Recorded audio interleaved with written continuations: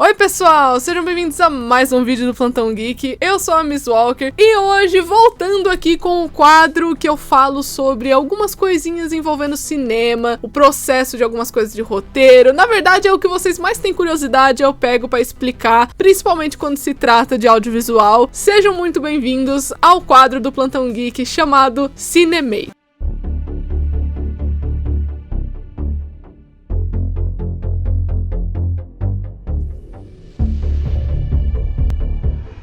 E no vídeo de hoje eu vou explicar o que significa um termo usado aí no cinema que talvez você já deva ter visto em algum lugar, talvez em história em quadrinhos, jogos, filmes, série, qualquer coisa assim de audiovisual, em livros também, né? É super possível aparecer em livros, se é possível aparecer em HQ também é possível aparecer em livro, que seria o termo mulheres na geladeira. Eu até perguntei lá nos meus stories se alguém sabia o que era mulheres na geladeira, e algumas pessoas falaram que sim, que sabiam assim por cima o que significava, e outras pessoas não faziam a menor ideia, sendo que esse termo, né, que na verdade é um estereótipo, é um tipo de estereótipo, está presente na maioria dos filmes de super-herói, está presente em muito filme, em muita série que as pessoas às vezes podem assistir e não notar que isso acontece, porque como eu falei, isso é um estereótipo, então não é considerado erro de roteiro quando esse tipo de coisa acontece. Mas que coisa, Giovana, que coisa, Miss Walker, eu não tô entendendo nada do que você tá falando, mulher. Calma lá que eu já vou explicar pra você o que seria mulheres na geladeira. Mas antes de eu começar a explicar, não se esquece de se inscrever no canal e deixar um like, porque isso me ajuda muito. Compartilha esse vídeo pra todo mundo que você conhece que possa estar interessado aqui nesse tema, né? Gosta de cinema igual você, talvez é uma curiosidade que você queira compartilhar com alguém. Manda esse vídeo pra todo mundo que você conhece, porque essa é a forma de você me ajudar, junto com o seu like, tá bom? Não esquece de deixar o like no vídeo, não sai desse vídeo sem deixar o like. Beleza, você já deu o seu like, você já se inscreveu, já ativou a notificação ali no sininho. Agora eu posso explicar o que é mulheres na geladeira. Dando uma explicação bem direta sobre o que seria mulheres na geladeira, como eu falei, são estereótipos, né? É um tipo de estereótipo que envolve uma personagem feminina ser machucada, torturada, mutilada ou até mesmo morta, apenas para desenvolver um personagem masculino. Só que assim, essa definição, do jeito que eu dei aqui agora, abre brecha para muitas interpretações diferentes desse termo. Às vezes as pessoas podem pensar numa coisa muito extrema, às vezes as pessoas não podem entender direito o que é. Então eu acho muito importante entender o contexto, da onde que veio esse termo e do porquê as coisas são vistas dessa forma. Então senta que lá vem a história, que eu vou falar um pouquinho do contexto das mulheres ali nos anos 30 até os anos 80, que foi onde começou a surgir essas mulheres na geladeira, digamos assim. Você vai até entender o porquê que se chama desse jeito, sabe? E o que seria exatamente mulheres na geladeira? Vai ter exemplo, vai ter tudo. Vem comigo, vamos lá. Bom, é um fato que a representatividade das mulheres no cinema, nos jogos, nos quadrinhos, em qualquer meio de entretenimento, assim, né, que pode ou não ser ligado ao audiovisual, vai sofrendo mudanças ao decorrer das décadas, porque a sociedade muda, certo? Se a sociedade muda, a percepção da sociedade muda em referência às mulheres e tudo mais, assim como muda em referência a um monte de coisa. Às vezes isso pode ser muito bom, às vezes pode ser muito ruim. Era comum nos anos 30 até ali o finalzinho dos anos 80, as mulheres serem representadas como interesse romântico do personagem, ou então um símbolo sexual, sabe? Era uma mulher extremamente bonita da época, que ela era colocada ali no filme pra fazer uma personagem que não ia ter desenvolvimento nenhum, você não ia saber nada direito sobre a personagem, você não ia saber o que ela quer, o que ela gosta, o que ela não gosta, nada que fosse relevante apenas pra personagem feminina você saberia. Você só saberia as coisas que envolveria o personagem masculino. Por quê? Porque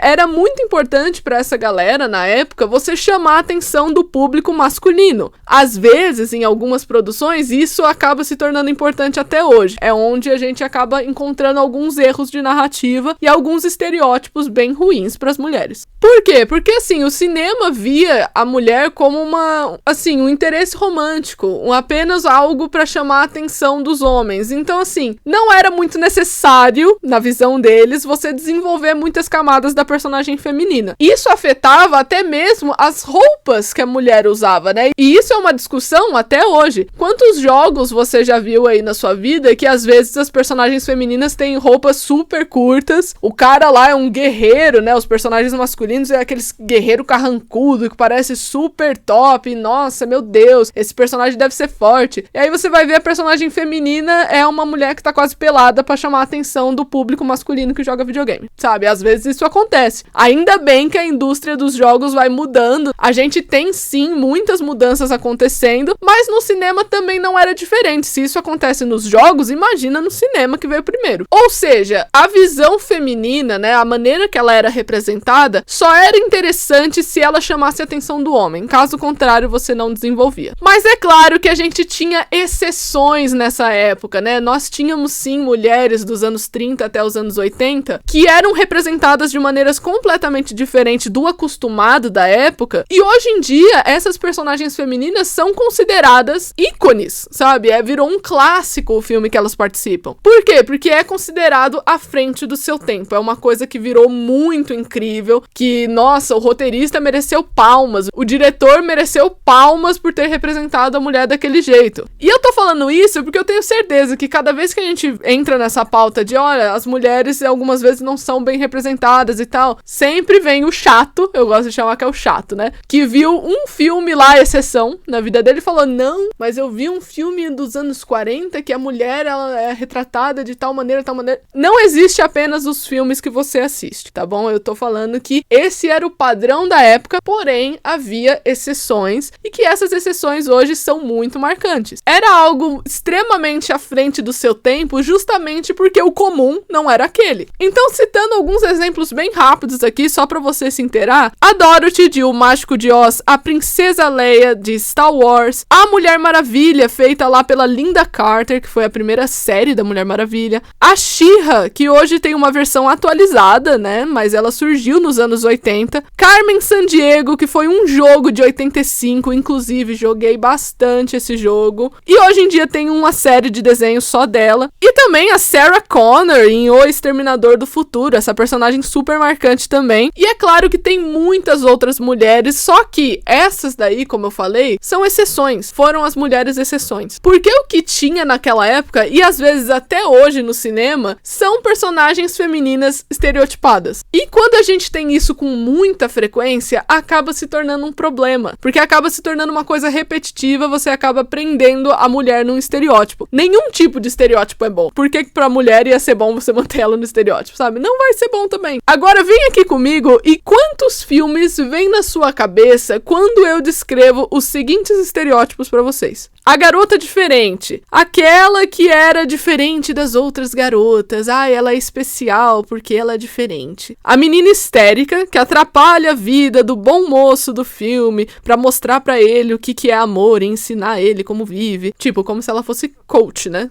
Coach de amor, assim, ela tem que ter a mulher pra ensinar o cara. A mulher mais velha, que teve sucesso na profissão dela, só que é claro que ela é amargurada. Ou seja, os caras conseguiram criar um estereótipo que se a mulher, ela tem um sucesso profissional, esse sucesso profissional custou alguma coisa. Então ela não muito provavelmente vai ser feliz, vai ser de boa com todo mundo, não. Provavelmente ela vai ser pé no saco, ela vai ser chata. Sendo que, quantos filmes você viu com personagens masculinos que estão na mesma posição, assim, de sucesso profissional, e eles são amargurados, eles são, assim, chato com todo mundo, insuportável, não sei o quê. É claro que vai vir alguns nomes na sua cabeça, né? Porque, como eu falei, não dá pra generalizar, não dá pra você achar que só tem isso, só tem aquilo. Não, tem de tudo, gente. É claro, o cinema é muito gigantesco, tem muitos filmes por aí, tem filmes que você nunca assistiu, tem filmes que eu nunca assisti, então não dá pra generalizar. Só que você tem, sim, a presença de muitos estereótipos femininos, e como é esse o tema do vídeo, né, envolve mulheres na geladeira, é claro que eu vou focar nisso. E o último estereótipo feminino é claro que é a famosa gostosona, que é a mulher no grupo gigante de homens. É uma mulher toda bonitona, num grupo de 15 homens, 10 homens, você tem a mulher bonitona lá pra chamar a atenção também, e geralmente ela demora mais que os outros pra ser desenvolvida. Um grande exemplo disso é a nossa queridíssima Viúva Negra, que é ela demorou muito mais tempo que os outros super-heróis pra ser desenvolvida, tanto que ela foi uma das últimas a ganhar filme solo, né? Tipo, a primeira Vingadora lá de 2008 ou 2007, né? Por aí, 2000 e pouquinhos, 2000 e tralalá, ela é uma das últimas que tem filme solo, porque demorou pra desenvolver ela, né?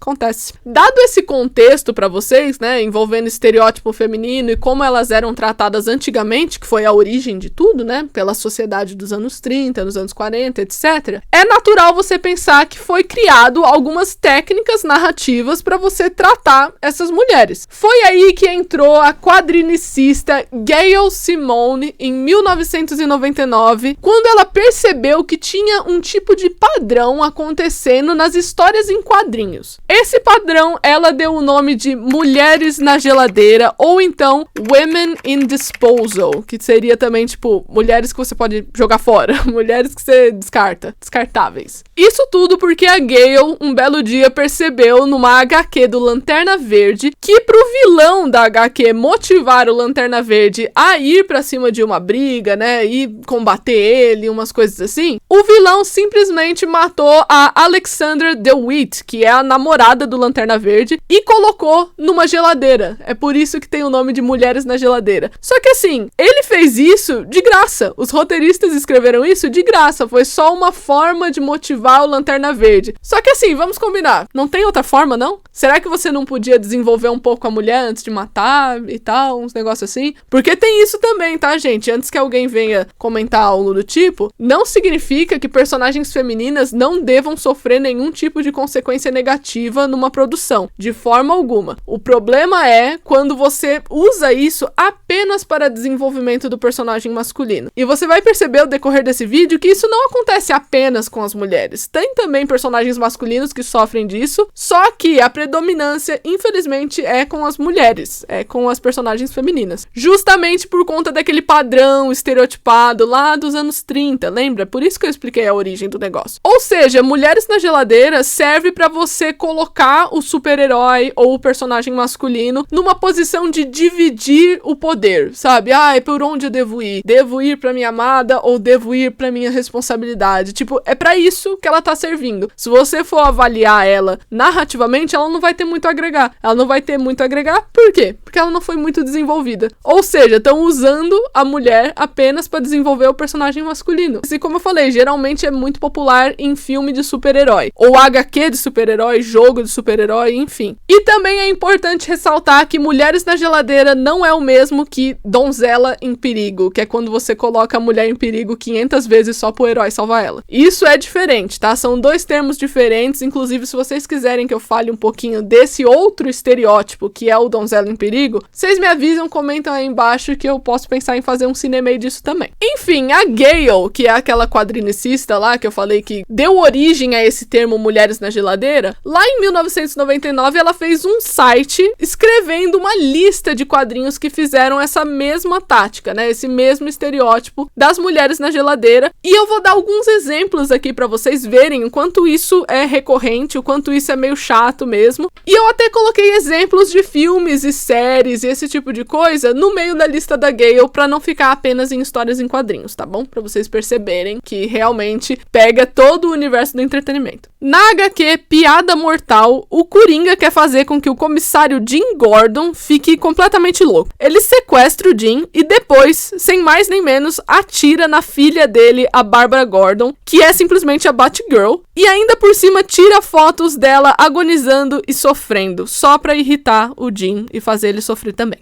No filme O Espetacular Homem-Aranha 2, Gwen Stacy, que é a namorada do Peter Parker, morre após uma queda, criando uma enorme dor pro Homem-Aranha, que fica se sentindo culpado ali pela morte da menina. Mas assim, ela só serve pra isso mesmo. Ela não foi desenvolvida o suficiente e acaba morrendo desse jeito. Em X-Men Apocalipse, a filha e a esposa do Magneto são mortas por soldados, apenas pro vilão voltar a ser quem ele era antes, porque ele tava todo bonzinho. E aí, a partir da morte da família, ele volta pra se vingar dos militares. Em Wolverine Imortal, o Wolverine é perturbado nos seus sonhos pela memória da Jean Grey, que é uma personagem que ele mesmo matou em X-Men O Confronto Final. E a memória dela serve apenas pra fazer um conflito interno no personagem do Wolverine e logo desaparece assim que ele encontra um interesse amoroso. Ou seja, ela serve só pra isso mesmo. Na HQ número 181 de O Demolidor, o interesse amoroso do Demolidor, que é a Elektra, morre numa batalha contra o vilão Mercenário, só que aí ela se arrasta até o apartamento do Demolidor só pra poder morrer em seus braços e fazer ele sofrer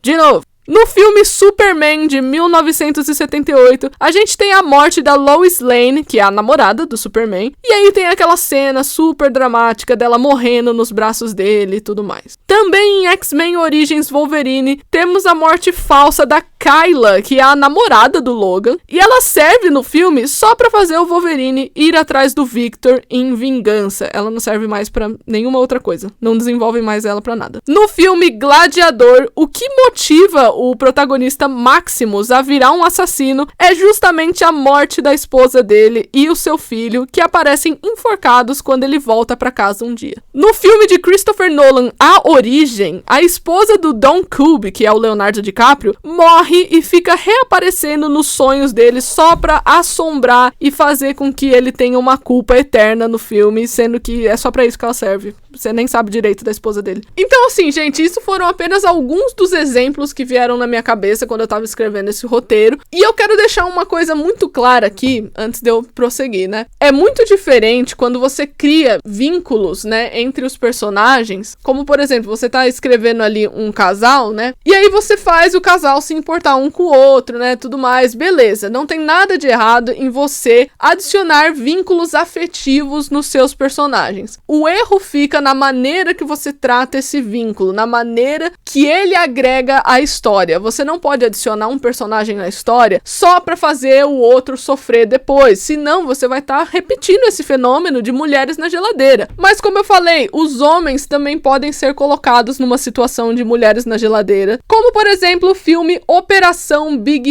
Hero, que é aquele filme da Disney, sabe, que tem o Baymax, tudo bonitinho. Então, o Tadashi, que é o irmão mais velho do Hiro, ele sofre desse estereótipo da mulher na geladeira, porque ele aparece só pra falar, olha, esse aqui é o Baymax, esse aqui é meus amigos, agora vou morrer pra você ficar com os meus amigos e ficar com o Baymax. Tipo, é pra isso que serve, sabe? Só pra criar um tipo de desenvolvimento pro Hiro. Ele não serve mais pra nada. E é claro que também existem aqueles cineastas que justamente pra evitar a mulher na geladeira, eles sabem como trabalhar um recurso muito bem pra poder aproveitar a morte de alguém. Como, por exemplo, no filme Capitão Fantástico, que a morte do cara protagonista, né, que é o Ben Cash, impacta tanto ele quanto os filhos dele. Só que esse evento dura o filme inteiro, é tudo sobre isso. Porque os personagens querem concretizar o último desejo da mãe, né, o último desejo da esposa. Ou seja, ela é aquilo que guia o filme, aquilo que guia o desenvolvimento de todo mundo. E ela não é esquecida, tipo, não é pra nada. Ela tem uma personalidade, ela tem uma ambição, né, foi estabelecida uma ambição pra personagem feminina, que seria esse último desejo dela. Ou seja, é um exemplo de como você pode retratar a morte de uma personagem feminina, sim, porque elas não são imortais, né? Não é só porque é uma personagem feminina que não pode acontecer nada com ela. Mas você tem que saber fazer isso. Você tem que saber criar um recurso interessante de narrativa pra não ficar nesse estereótipo ridículo de mulher na geladeira. Quantas vezes um filme, uma série, que seja, faz a mulher sofrer um aborto, faz ela sofrer um estupro, que é pra justamente pesar na consciência do personagem masculino. Gente, sinceramente, eu cansei de ver filme de época em que mulher é estuprada pro marido dela ficar se sentindo culpado por não ter protegido ela. Então dane-se que a mulher foi estuprada, sabe? O importante é que o cara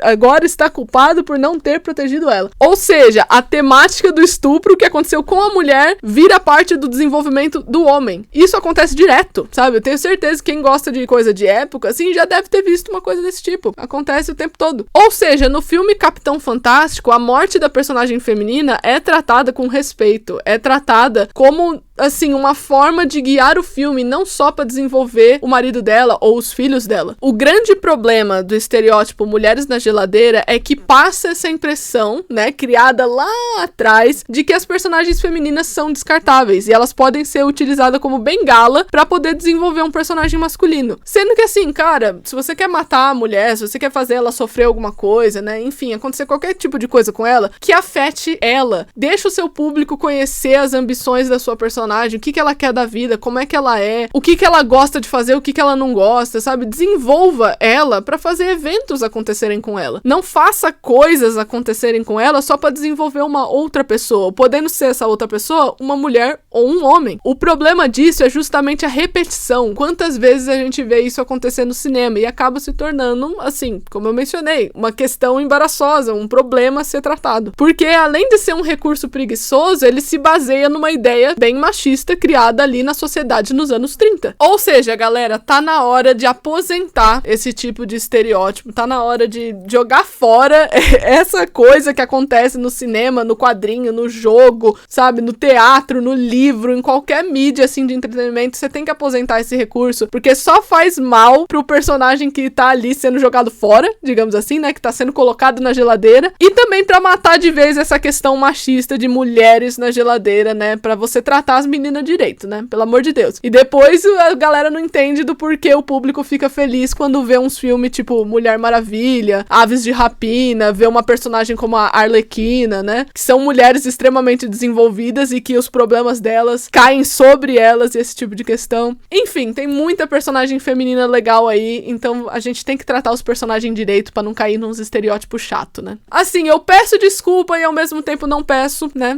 se esse vídeo pareceu muito lacração, porque não foi esse o intuito foi explicar um estereótipo existente. Aconselho muito vocês a pesquisarem sobre esse assunto e vão ver que é assim que é definido, sabe? Infelizmente, foi assim definido e tem esse nome de Mulheres na Geladeira por conta de coisas que aconteciam com as personagens femininas, né? Então, assim, eu não posso fazer nada sobre isso além de explicar a verdade sobre essas mulheres e a maneira que elas são tratadas, né, narrativamente, e também deixar claro que isso acontece com homens, sim, é claro, acontece com homens, mulheres podem fazer esse processo oposto ao homem também, só que é inegável, gente, acontece mais com as personagens femininas, é por isso que tem esse nome, entendeu? Eu espero que vocês tenham gostado do vídeo de hoje, não se esquece de se inscrever no canal e deixar um like, porque isso me ajuda muito, compartilha esse vídeo pra todo mundo que você conhece que possa gostar, né, desse assunto, e eu vejo vocês no próximo vídeo. Tchau!